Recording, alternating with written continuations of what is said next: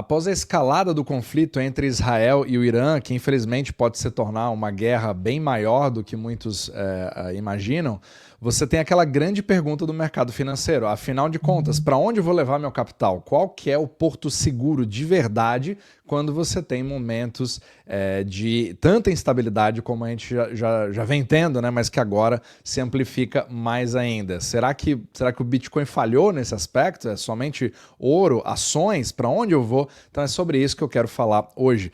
Então, você teve uma movimentação do curto prazo que quando você olha assim, aqui comparando o Bitcoin com o próprio ouro, você já pode chegar rapidamente a conclusões dizendo a seguinte coisa, tá vendo? O Bitcoin ele derrete, ele é só mais uma ação.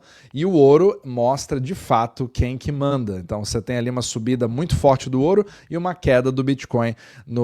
Estamos falando ali das primeiras 48, 72 horas desse conflito, né? Que é quando você vai assistir esse vídeo. E aí você já cria imediatamente aquelas narrativas, né? Eu acho que o Jacob King é um dos mais famosos no Twitter por detestar o Bitcoin. Ele só fala mal do Bitcoin 100% das vezes. Ele vai falar, olha, a guerra aconteceu, então ele já mostra ali as suas verdadeiras propriedades, né?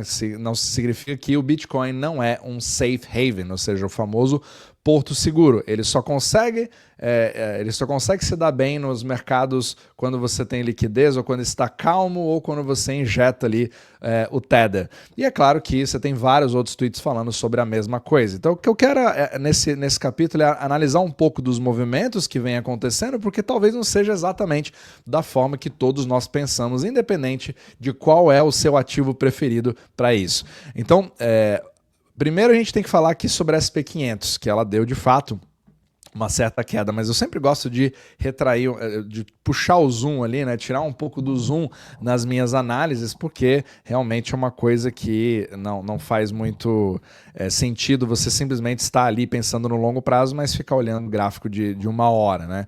Então, se você der uma olhada, você teve uma correção que foi muito mais forte na SP500 ali em abril, e aí nós estamos voltando aquele regime, né, principalmente voltado pelo fiscal, que está dominando a liquidez. Então, lembrando, a gente precisa sempre se voltar à liquidez do mundo, e ela continua. Agora, teve uma correção nessa última vela aqui, deu uma certa queda, né? A gente estava ali nos 6 mil e agora já não estamos mais. Resta ver o que vai acontecer, só que não foi aquela queda brusca de 10%, 15%, né? Um crash que poderia afetar muito mais coisa. Agora, o ouro realmente mostrou que imediatamente ele já teve ali aquela subida, nós já estamos novamente ali namorando aquelas máximas históricas, né? Mais de 3.400 dólares por onça. E aí o Bitcoin foi engraçado, porque realmente teve uma queda ali de mais de 4%, né, no intraday, etc. Só que ele mostrou uma certa resiliência, assim, se você olhar só para esse gráfico, que eu gosto de ver os gráficos assim nos meses, né, mostrando desde o início do ano, você teve aquela correção forte que aconteceu em março e em abril, só que se você olhar só por esse gráfico, talvez ficasse bem difícil de você dizer que nós temos uma guerra. Então, assim, é justamente pela composição do Bitcoin, né, que eu quero falar daqui a pouquinho. E você tem também aquela máxima ali de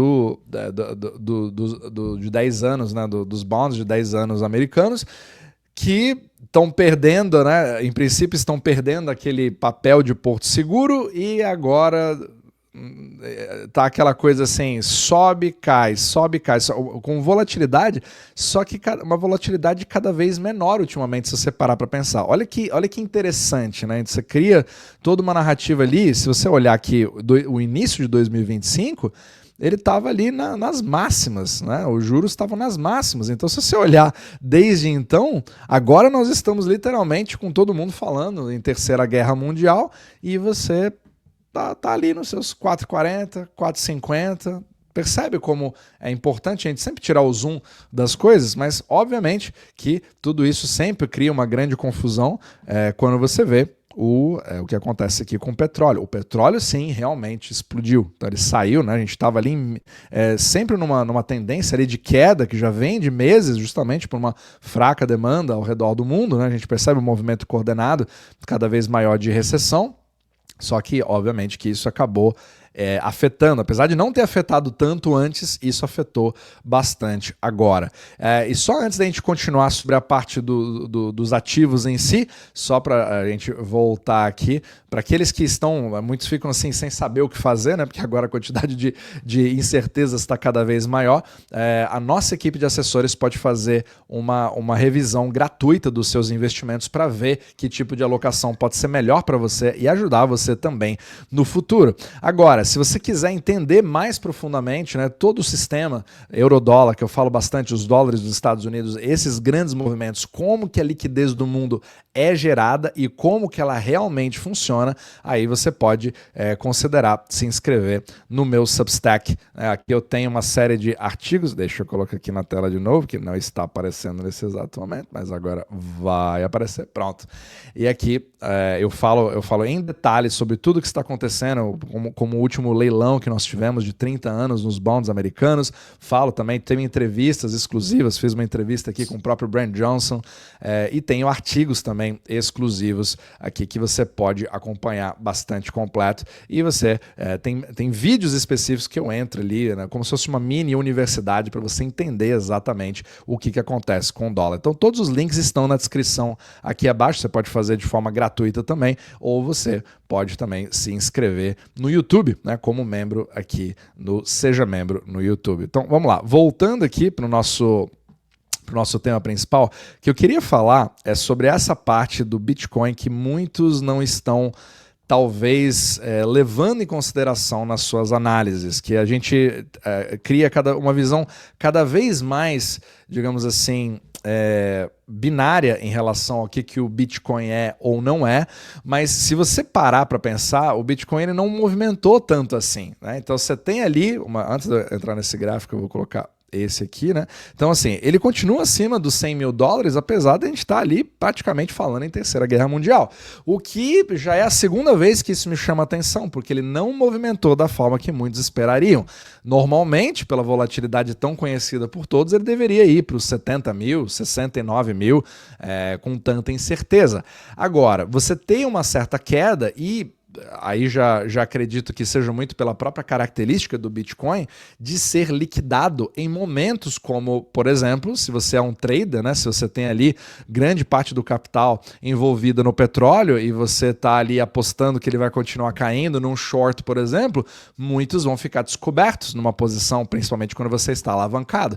E aí você precisa arranjar dinheiro de algum lugar. Então a questão é, será que nós tivemos uma venda porque eu estou com medo dos fundamentos de determinados ativos, ou será que eu tenho que me livrar daquela posição porque é a mais líquida, mais rapidamente, para eu poder proteger as minhas outras posições. Então isso o tempo vai respondendo, só que já é a segunda vez que me chama bastante atenção, principalmente em relação a como o Bitcoin vem sendo um ativo. E isso talvez seja muito bem explicado por esse gráfico aqui que vem do Michael Howell, do Cross Border Capital, que eu acho que seria interessante para que você tenha uma percepção um pouco diferente do próprio Bitcoin, que às vezes ele não é nem o Porto Seguro, mas também não é simplesmente uma ação como a Nasdaq alavancada, né? Que vinha sendo o comportamento meses atrás, mas isso mudou recentemente. Então você percebe aqui, segundo esse gráfico do Michael Howell, onde você tem meio que uma posição composta do Bitcoin no sentido de,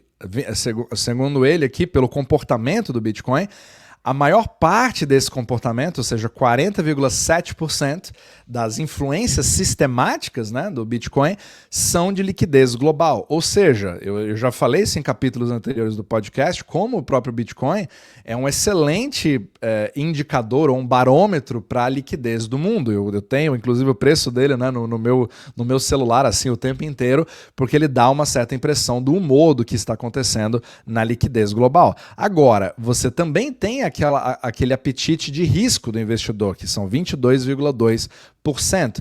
esse fator, ele tem um pouco daquela jogada, né? De você, se as ações sobem, o Bitcoin sobe junto, se as ações caem, o Bitcoin cai junto também. Só que você percebe que essa influência está menor do que ela estaria antigamente. Então isso é muito importante a gente começar a dar uma olhada para ele se tornar uma coisa mais composta e não uma coisa binária. E aqui ele também fala de duas outras coisas que eu achei interessante, como ele, 25,9% dessa composição, ela também é afetada pelo próprio preço do ouro. Então o próprio Michael Howell fala bastante sobre a correlação entre o ouro e o Bitcoin, inclusive no seu preço, né, que é outra correlação aqui dos 11,1% restantes, onde você tem